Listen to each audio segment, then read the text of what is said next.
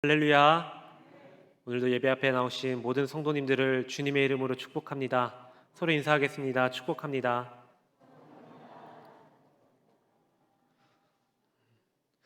요즘 대형마트에 가보면은 이 아이들이 좋아할 만한 이 장난감을 모아둔 곳이 많이 있습니다. 그러다 보니까 요즘 마트에서 이 엄마와 아이들의 이 전쟁이 끊이질 않고 있습니다. 어느 날인가 이 대형마트에 아이들이 장난감이 진열되어 있는 곳을 지나가게 되었는데, 그날 또한 이 한 아이와 엄마가 전쟁을 치르고 있었습니다. 어떤 장난감을 사고 싶었는지 이 아이가 엄마에게 떼를 쓰기 시작합니다. 당연히 엄마는 안 된다라고 하며 다그칩니다. 그런데 문제는 갑자기 이 아이가 그 장난감을 들고서 도망을 칩니다. 엄마가 그 아이를 잡으려고 여기저기 뛰어다니기 시작합니다. 갑자기 이 마트가 마치 톰과 제리인 것 마냥 엄마와 아이의 쫓고 쫓기는 그러한 레이스가 펼쳐지게 됩니다. 잡힐 듯 하지만 이 무슨 그 조그마한 아이가 그렇게 빠르던지 엄마는 요리조리 피해 다니는 그 아이를 잡지를 못하고 있었습니다. 당연히 순식간에 많은 사람들의 이목을 집중하게 됩니다. 그런데 이 쫓고 쫓기는 레이스가 끝이 납니다. 바로 이 장난감을 집어든 아이가 계속해서 뛰어다니다가 지쳤는지 이내 할아버지 품에 안겨버리는 것입니다. 여기서 제일 재미있는 상황은 이 엄마의 표정이 매우 당황스러워 보였다라는 겁니다. 분위기를 보아하니까 시아버지인 것 같았습니다. 아이에게서 이 장난감을 빼앗아 와야 되는데 할아버지가 그 앞에 있으니까 이러지도 못하고 저러지도 못하는 그런 상황이 벌쳐지고 말았습니다. 그때 이 아이가 숨을 헐떡이면서 할아버지한테 이렇게 이릅니다. 할아버지, 나 이거 갖고 싶은데 엄마가 나한테 빼앗으려고 그래. 그러자 할아버지는 온화한 미소를 지으면서 그 엄마에게 이렇게 이야기합니다. 얘야, 이거 얼마나 한다고 그러느냐? 아이 마음 아프게 하지 말고 하나 사주려무나.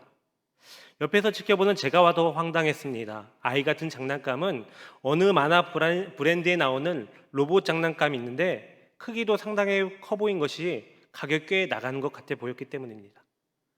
절대 권력자인 이 시아버지의 말씀에 엄마는 이내 체념하듯 아버님 알겠습니다 하고 계산대로 가는 것을 보게 되었습니다. 우리들의 평소 모습 가운데 많이 볼 수 있는 환경이 아닌가 싶습니다.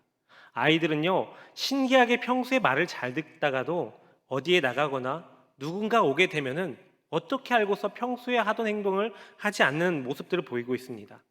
특히 엄마, 아빠가 뭐라고 할 수 없는 이 할머니나 할아버지가 오시게 되면은 더욱더 그런 모습을 보입니다. 할머니, 할아버지들은 뭐가 그렇게 예쁘신지 이 아이들을 무엇이를 하든 그저 허허 웃으면서 아이들을 품에 안고 무조건 아이들 편에만 서주십니다. 그런데 제가 이러한 모습을 보고 있으니까 나에게도 어떠한 위험이 있을 때, 어려움이 있을 때, 힘든 문제가 생겼을 때 나도 내 편이 되어주는, 내 편만 들어주는 그런 사람이 있었으면 좋겠다라는 생각을 해보게 되었습니다. 우리는 어려움을 당하게 되면 어디론가 피해야 됩니다. 그러나 우리가 막상 어려운 일을 당했을 때는 마땅히 피안할 만한 곳이 없는 경우가 많이 있습니다. 그래서 좌절하거나 낙담하면서 무너진 모습을 보이며 살아갈 때가 참으로 많습니다. 그런데 오늘 본문 말씀에 나오는 다윗은 그렇게 어쩔 수 없는 상황 가운데서 자신이 그런 어려움에 처하게 될 때마다 하나님 앞에 나아가 기도하며 매달립니다. 다윗은 어려운 일을 당할 때마다 주께 피하오니라고 고백합니다. 이것은 사람들 중에는 마땅히 피할 만한 곳이 없다라는 것입니다. 그래서 다윗은 하나님 앞에 그렇게 기도로 매달렸던 것입니다. 오늘 본문 말씀은 그 역사적 배경이나 시인의 경험이 어떠한 것인지에 대해서 구체적으로 알려진 바는 없습니다. 따라서 대략 다윗이 자신의 생명을 빼앗고자 혈안이 되어졌던 이 사울의 창과 칼을 피해서 이방 땅으로 도피했던 그 생활을 했던 때가 아닌가라고 추측해 볼 뿐입니다. 어쨌든 다윗은 자신의 생명을 해치고자 하는 그 원수들이 계속해서 위협을 가하고 있고 핍박해오는 그런 상황 가운데서 하나님 앞에 자신의 상황을 호소하고 있는 것입니다. 바로 이러한 기도의 내용 때문에 본시는 수세기에 걸쳐서 많은 사람들에게 사랑을 받아온 그러한 시입니다. 특별히 5절 말씀에서 언급되어지고 있는 나의 영을 주의 손에 부탁하나이다 라는 이 구절은 우리 주 예수 그리스도께서 십자가 위에서 말씀하셨던 최후의 호소로 인용됨으로써 본시 전체는 신성시되고 기념비적인 것으로 여겨지고 있습니다. 뿐만이 아니라 이러한 정신을 쫓아서 순교자 스데반 집사나 서머나 교회 주교였던 폴리갑이나 독일의 종교개혁가 마틴 루터, 스코틀랜드의 존 낙스 같은 이들이 운명할 때 최후의 말로 이 고백을 남김으로써 우리 모든 신앙인들에게 더욱더 친근하게 만들고 있습니다. 아무리 절망적인 그런 상황 가운데 있다 할지라도 하나님이 여전히 살아계신다라는 그 사실과 하나님이 나의 삶과 나의 영원한 미래를 책임져 주신다라는 확실한 믿음만 있다면 우리는 결코 좌절하거나 낙담하지 않을 것입니다. 우리는 이 시간 이러한 본문 말씀을 통해서 이 땅 가운데서 역경과 시련 가운데 머물고 있는 자들이 추구해야 될 모습이 과연 어떠한 것인지 오늘 다윗의 그러한 모습을 통해서 함께 나눠보겠습니다. 먼저 첫 번째로 우리는 어려움이 닥치게 되면은 주님께로 피해야 됩니다. 1절 말씀입니다. 여호와여 내가 주께 피하오니 나를 영원히 부끄럽게 하지 마시고 주의 공의로 나를 건지소서. 어려운 가운데 주님께 피한다라는 표현은 이런 다윗의 시에서 익숙하게 찾아볼 수 있는 표현입니다. 사람들은 어려운 일을 당하게 되면 대개 어디로 피합니까? 가장 믿을 수 있고 안전하다라고 생각하는 곳으로 피합니다. 대부분 친구의 집이라든지 아니면 부모님의 집으로 그렇게 피하게 됩니다. 그런데 다윗은 어려운 일을 당하게 되면은 주님께로 피한다라고 고백하고 있습니다. 여호와여 내가 주께 피하오니. 여기서 주님께로 피한다라는 것은 사람 중에 피할 곳이 없다라는 것을 나타내고 있습니다. 그래서 다윗도 이 기도로 하나님께 매달렸던 적이 그렇게 많았던 것입니다. 다윗은 사냥꾼에 쫓기는 연약한 짐승과도 같이 갈급한 심령으로 보호와 구원을 얻기 위해서 하나님께 나아간 사실에 대해서 이렇게 강조하고 있습니다. 도피처가 되어주시는 분, 자신이 의지하는 분이 바로 여호와 하나님이심을 강조하고 있는 겁니다. 우리 그리스도인들에게는 믿지 않는 사람들은 모르는 많은 어려움들이 있습니다. 이 다윗의 시편을 보아도 성도들에게는 너무나도 많은 어려움들이 있다는 사실을 알 수 있습니다. 성도들에게 이렇게 어려움이 많은 이유는 과연 무엇입니까? 그것은 바로 우리 성도들에게는 영적 싸움이 있기 때문입니다. 우리가 세상 사람들처럼 우상을 섬기고 탐욕스럽게 삶을 살아간다면 마귀가 굳이 우리를 공격할 필요를 느끼지 못합니다. 그러나 우리가 하나님을 바로 알고 하나님만 섬기기로 했을 때 마귀는 우리를 적으로 생각해서 절대 그냥 내버려 두지 않는 것입니다. 그러니 우리들에게 있어서 시련이 그칠 날이 과연 있을 수 있겠습니까? 그래서 다윗은 늘 하나님께 구원을 호소하면서 오는 사자와 같이 달려드는 그들에게서 자신에게 있어 가장 안전했던 주님께 피하고자 했던 것입니다. 다윗은 우상이나 이방 나라들을 의지하는 자들은 수치를 당할 수밖에 없지만 하나님을 의지하고 주님께로 피하는 자들은 결코 부끄러움을 당하지 않을 것이라는 사실을 알았기 때문에 이러한 고백을 드릴 수 있었던 것입니다. 어느 날 저희 장모님께 전화 한 통화가 옵니다. 바로 우리 장모님의 언니였습니다. 이분은 그리스도인은 아닙니다. 불교 신자입니다. 그리고 세상 가운데서 부족할 것이 없을 만큼 매우 부유한 집안입니다. 그런데 이분께서 저희 장모님께 전화를 해서 이런 말씀을 하십니다. 너는 네가 그렇게 좋아하는 예수를 믿고서 너가 그렇게 좋아졌니? 그리고 너네 딸도 그렇게 좋아하는 예수 믿는 남편을 만났으면 잘 살아야지 사는 꼴이 그게 뭐냐? 라는 겁니다. 예수를 믿겠다고 따라 나섰으면 너네가 믿는 예수가 뭐라도 좀 해줘야 되는 것이 아니냐라고 다그치는 것입니다. 언니로서 동생이 사는 게 딱해 보였는지 마음에도 없는 소리를 그렇게 쏟아부으셨습니다. 그리고서는 전화를 끊으시는데 저희 어머님의 마음이 어떻겠습니까? 참으로 괴로우셨습니다. 믿었던 자신의 언니가 이렇게 좋지 못한 소리를 계속해서 쏟아부으니까 마음이 괴로우셨습니다. 그런데 장모님은 오히려 예수님을 모르는 그 언니를 불쌍히 여기면서 주님께로 나아갔습니다. 간절히 그렇게 주님께 기도하면서 아직 주님을 알지 못하는 언니를 위해서 그렇게 계속해서 기도하고 계십니다. 성도 여러분, 우리 그리스도인들에게는 믿지 않는 사람들은 모르는 많은 어려움들이 있습니다. 우리는 이러한 현상들이 당연하다는 것을 우리는 깨달아야 됩니다. 사도 베드로는 베드로전서 4장 12절에서 19절 말씀에서 이렇게 말하고 있습니다. 사랑하는 자들아, 너희를 연단하려고 오는 불시험을 이상한 일 당하는 것 같이 이상히 여기지 말고 오히려 너희가 그리스도의 고난에 참여하는 것으로 즐거워하라. 이는 그의 영광을 나타내실 때에 너희로 즐거워하고 기뻐하게 하려 함이라. 너희가 그리스도의 이름으로 치욕을 당하면 복 있는 자로다. 영광의 영 곧 하나님의 영이 너희 위에 계심이라. 너희 중에 누구든지 살인이나 도둑질이나 악행이나 남의 일을 간섭하는 자로 고난을 받지 말려니와 만일 그리스도인으로 고난을 받으면 부끄러워하지 말고 도리어 그 이름으로 하나님께 영광을 돌리라.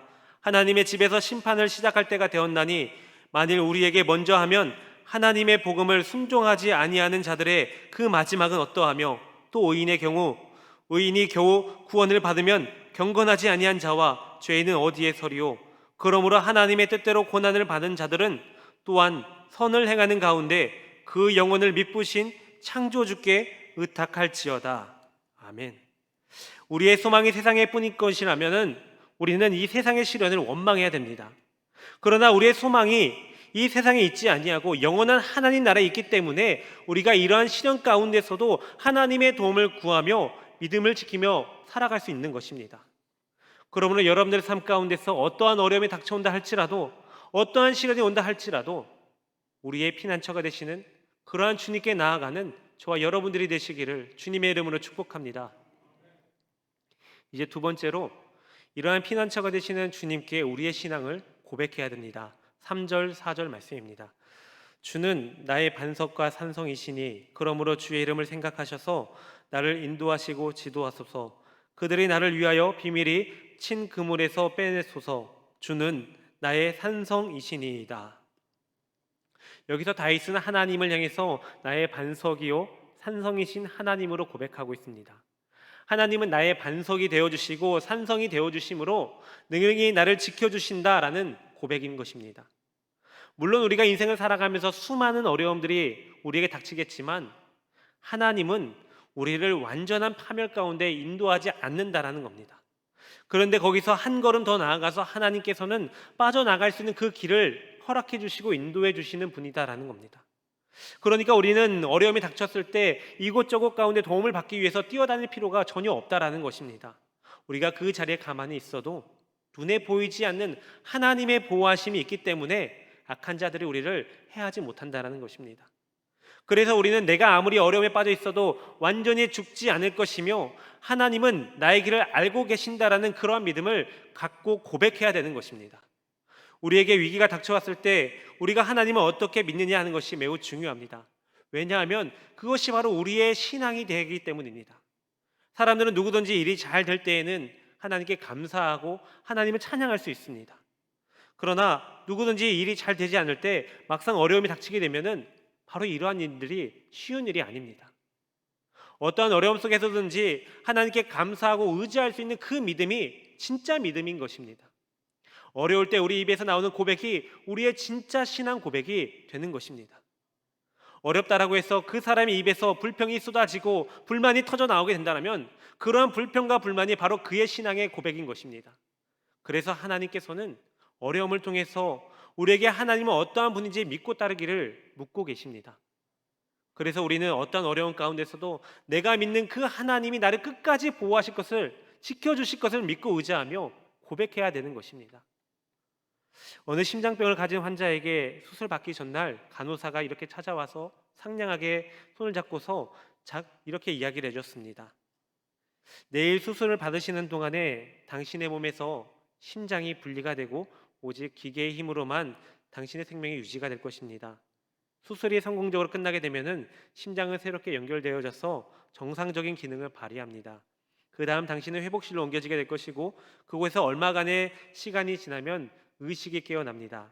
의식이 깨어난 후에도 6시간 동안은 전혀 움직일 수가 없습니다. 볼 수도 없고 말할 수도 없으며 심지어 손가락 끝 하나조차 움직이지 못합니다. 그런데 바로 그때 나는 당신의 곁에서 지금과 같이 손을 잡고 있을 것입니다. 그리고 언제 닥칠지 모르는 모든 위험을 일일이 점검하고 기록하면서 필요한 조치를 완벽하게 해낼 것입니다. 그때 당신은 내가 함께하고 있다는 사실을 확실하게 느끼게 될 것입니다. 다음날 운명이 결정되는 수술이 진행되어졌고 이어서 이 담당 간호사가 말하던 일들이 착착 잘 진행되어졌습니다. 그때 자신의 손을 붙들고 자신과 함께하고 있는 그 간호사의 손길을 확인하면서 이루 형용할 수 없는 안도감과 위로를 얻었고 아울러 삶에 대한 확신을 얻을 수 있었다라고 고백합니다. 자신의 생애에서 가장 어렵고 중요한 그 순간 가운데 그녀가 손을 붙들고 자신의 문제 하나하나를 처치해 가고 있다는 생각이 들자 그녀와 함께하는 그 순간이 얼마나 가치 있고 포근한 것인지 다른 사람들은 아마도 상상할 수조차 없을 것이다라고 고백했습니다. 성도 여러분, 다윗은 나의 반석과 산성이라는 이 은유적인 표현을 사용해서 하나님과 자신의 관계를 표현하고 있습니다. 자신을 구원하시고 보호하시는 하나님에 대한 신앙 고백인 것입니다. 다윗은 목동 시절부터 하나님의 그 보호하심과 구원하심을 체험했으며 이스라엘의 주권자로 기름을 받은 이후 모든 대적자들로부터 구원하심을 경험했고 그 언약 관계를 통해서 더 확실한 보장을 받게 되었습니다. 그런 의미에서 다윗이 수없이 많은 위기와 견디기 힘든 그런 환난 가운데서 절실히 깨달은 신앙 고백이자 언약의 관계에 근거한 확신에 찬 신앙 고백인 것입니다. 하나님은 나와 떨어져 있는 분이 아니라 바로 내 곁에 오셔서 내 손을 꼭 붙잡아 주시고 나와 항상 함께하여 주시는 분이십니다. 그래서 다윗은 그와 같은 믿음이 있었기 때문에 남다른 삶을 살 수 있었던 겁니다. 이러한 다윗의 모습처럼 어떠한 상황에서도 하나님이 늘 우리와 함께 하신다는 사실을 기억하시면서 늘 주님께 감사하고 찬양하며 우리의 피난처가 되어주시는 그 주님께 우리의 믿음의 고백을 올려드리는 그러한 우리의 신앙을 고백하며 나아가는 저와 여러분들이 되시기를 주님의 이름으로 축복합니다. 이제 마지막 세 번째로 피난처가 되시는 주님은 우리의 영혼을 맡길 만한 분이십니다. 5절 말씀입니다. 내가 나의 영을 주의 손에 부탁하나이다. 진리의 하나님 여호와여 나를 속량하셨나이다. 여기서 영은 곧 영혼, 생명을 뜻하고 있습니다. 여기서 다윗이 자신의 영혼을 주님께 맡기고 있다는 것은 자신의 이 삶과 죽음이 전적으로 그분께 달려있음을 고백하는 것입니다. 그래서 그분이 어떻게 하시든지 그 뜻에 절대적으로 순종하겠다라는 전폭적인 헌신의 표현인 것입니다. 이처럼 하나님의 손에 자신의 생명을 내어 맡긴다라는 것은 포기하거나 체념하는 것이 아닙니다. 오히려 하나님의 그 전능하심과 구원과 보호하심에 대한 확신에 찬 고백인 것입니다. 또한 앞선 3절과 4절 말씀에서 하나님과 자신의 관계에 대한 이 신앙 고백을 그대로 실천해 보여주고 있음을 나타내고 있는 것입니다. 다윗은 자신을 부분적으로 하나님께 맡겼던 사람이 아니었습니다. 그는 위급할 때나 평상시에나 언제든지 자신의 모든 것을 하나님께 의탁했던 그런 믿음의 사람이었던 것입니다. 그 믿음은 수천 년이 지난 오늘날에도 세계 여러 곳곳에 많은 성도들에게 감동과 도전을 주고 있습니다. 우리는 이러한 다윗의 모습을 통해서 우리의 육신뿐만이 아니라 우리의 영혼까지도 하나님께 맡겨드리는 그러한 믿음을 본받아야 되는 것입니다. 하나님께서는 진리로 우리를 멸망 가운데서 건져내 주시는 분이십니다. 우리는 한평생 죄의 노예로 살 수밖에 없었는데 하나님께서 그러한 우리를 구원해 주셨습니다. 그런데 하나님께서는 우리 같은 죄인을 구원하셨을 뿐만이 아니라 우리를 가장 귀한 복음까지도 맡겨주셨습니다. 하나님의 원수와 같은 우리들에게 하나님의 최고의 비밀을 우리에게 맡겨주신 것입니다. 그러니 어떻게 우리가 그 하나님께 충성하지 않을 수 있겠습니까? 우리의 목숨까지도 하나님의 손 앞에 맡겨드릴 수 있는 것이 아니겠습니까? 그런데 우리들의 삶의 모습은 어떻습니까? 우리들의 영을 주님께 맡기기는커녕 우리들의 육신의 평안을 위해서 세상을 쫓는 그런 모습을 살아가고 있지는 않습니까? 생명을 하나님께 의뢰하는 것은 하나님에 대한 철저한 신뢰입니다. 전적인 믿음이 있어야 가능한 것입니다. 하나님께서 나의 피난처가 되어주시며 나를 구원하실 분이라는 그런 확실한 믿음이 없는 자는 하나님께 전적으로 자신의 생명을 맡길 수 없다라는 것입니다. 코로나19 기간 동안 미국은 주별로 이 코로나19에 대한 대처 상황이 달랐다고 합니다. 그래서 어느 주에서는 학생들을 이 코로나19 기간 동안에 보내는 경우도 많이 있었다고 합니다. 이들이 왜 코로나19 기간 동안에 학생들을 학교에 보냈는지에 대해서 이렇게 주장했습니다. 코로나19에 감염되는 것과 아이들이 성장하는 동안에 배워야 되는 사람들과의 관계성, 여러 가지 협동성을 배우지 못하고 자랐을 때 이 아이에게 있어서 이 코로나19가 위험한 것인가, 이 아이가 배우지 못한 것이 위험한 것인가 라고 생각했다라고 합니다. 그래서 그들이 판단 내리기를 코로나19라는 이 엄청난 감염병 가운데 위험이 있겠지만 아이들이 배워야 될 이 시기 가운데 학교에 가는 것이 이 아이들이 성장하는 데 있어서 이 아이들의 미래에 있어서 더욱더 좋은 영향을 미칠 것이다 라고 판단했다라고 합니다. 여러분, 이제 이번 주부터 수련회와 성경학교가 시작되어집니다. 과연 이 아이들에게 코로나로 인해서 온라인 예배만 만족하는 것이 유익이 되겠습니까? 아니면 주님께 맡겨서 신앙을 가르치는 것이 유익이 되겠습니까? 육신이 건강한들, 좋은 직장에 다닌들, 좋은 집에 산다 한들 하나님이 그들과 함께하지 않는다면 과연 그들의 삶이 안전하겠습니까? 코로나19로 인해서 우리 아이들의 신앙이 많이 무너져 있습니다. 우리 아이들을 우리의 피난처가 되시는 주님께 믿음으로 맡겨야 될 줄 믿습니다.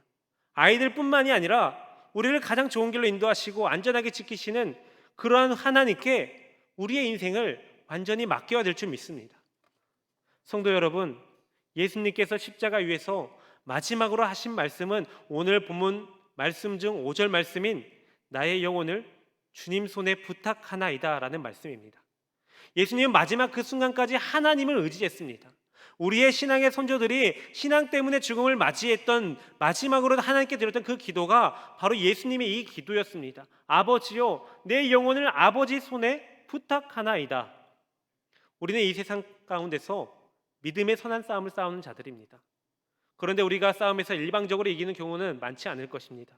그러나 주님의 백성들은 이러한 상황 가운데서도 마지막까지 주님을 의지했고 그 믿음을 배반하지 않았습니다.